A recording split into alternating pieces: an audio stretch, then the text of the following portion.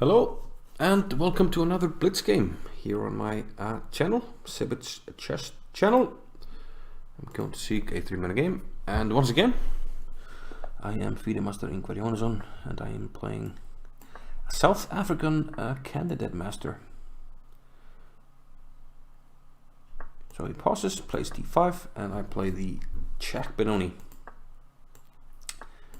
which I am sure will be somewhat alien to him. He plays h4, which is sort of aggressive, but not really much to worry about. And this sort of, I'm not going to say it plays into my hands, but I'm not really worried here.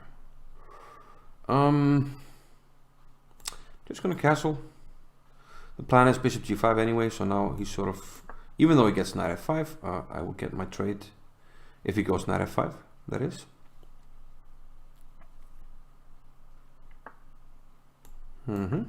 This is what I want. I doubt that he takes though. And if he sticks a knight on f5, I will at some stage. Well, this is actually a clever move in a way. I'll start with a6. Because if I move this knight, he will take on c8, trade off my bishop, which I kind of need to chop off his knight if it comes to f5. Play this just to keep up the pace. I'm not sure what I want to do next really. Maybe knight c7 b5, that's sort of a standard-ish plan. It might be a good idea for him to, even though this knight stands well, maybe just play knight e2 and g3 f4 at some stage. Goes a5. I'll go b5. I'll take with the rook. Just sort of keeping some pressure on b2. Okay, plays rook a2 just to defend. Whoa,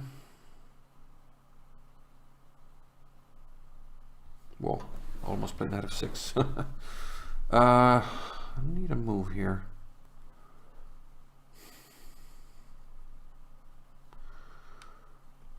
Let's go here. Because he can't play b3, then I take on c1 and b3 hangs. So he has to maybe resolve this issue somehow. He takes there, and I'll happily take with the bishop. a6 hangs, but then I'll just take on c4.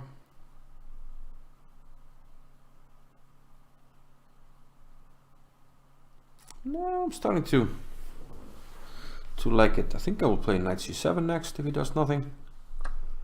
Oh, he takes. That surprises me. I take here. Does he have any? Don't see any real downsides of the rook being there. No tactical motives to attack the rook. The rook can come to d4 in some cases. I can always go back to b4. Knight c7 sort of could come with tempo in a way. Let's just to avoid the rook being loose there. I'll play this.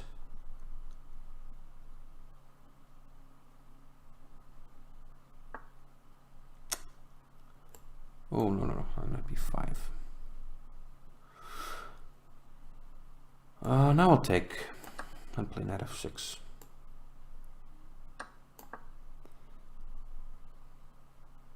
And now I'm playing queen b6. Pressure on b2. I think actually now might just be better. I can even pick up this pawn on h5. Well, I'm not sure about this move. I have to be careful about knight b5.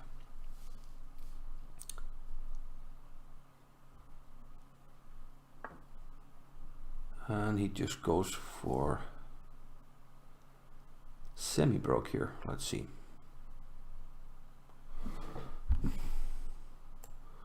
I'm going to take and probably queen here.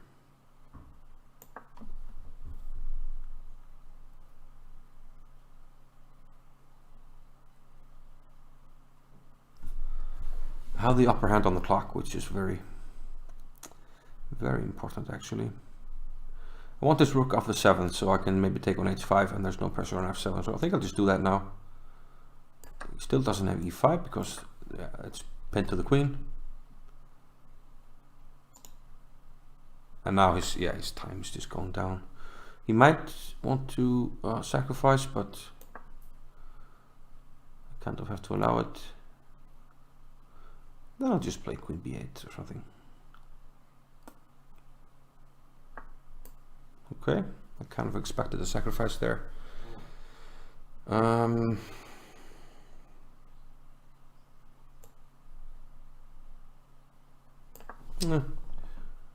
Again, I'm expecting this. Maybe knight f4. Let's give him a check.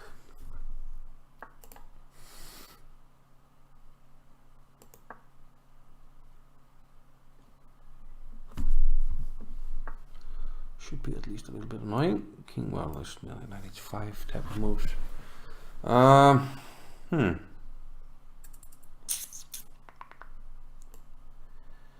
King here. Rook f1 is a move. I'm aware of that. Queen here.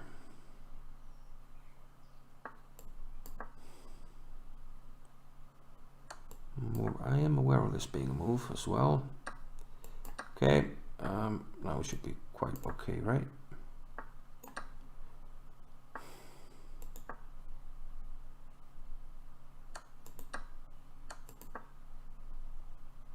Where do you go? And now you can't protect. Okay. Probably a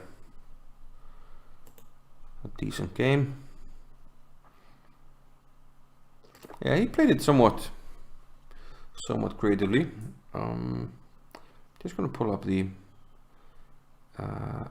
examination board just a moment.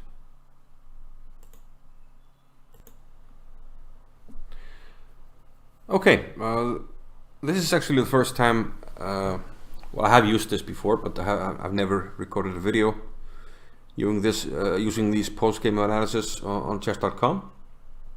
But let's have a look and see what you know what it says. Here's a summary. It says I played with 95% accuracy of your moves on a scale of 0 to 100 when compared to the top chess computer moves, and meanwhile he played at 78.1. And I had 3 blunders. He had only 1, but he made more mistakes. And these are just measured in the amount of basically centi-pawns that you're losing on the move. And I had one brilliant move, so I'm looking forward to that. So let's see. So we have the opening book move. So you have this book here. This white book here represents this being a book move. So Benoni defense, check variation, check Benoni. Knight c3, everything is normal here. And now he played h4, which is considered excellent, but not really one of the more popular or most played moves. But it makes some sense. I mean, he's grabbing space on the king side.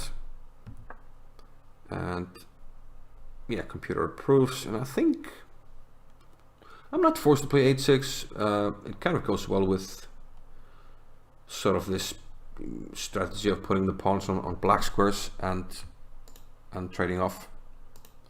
You know, putting this one here and then trading off this bishop, right? So I'll play h6. Computer says it's best. Okay, knight g2, e2.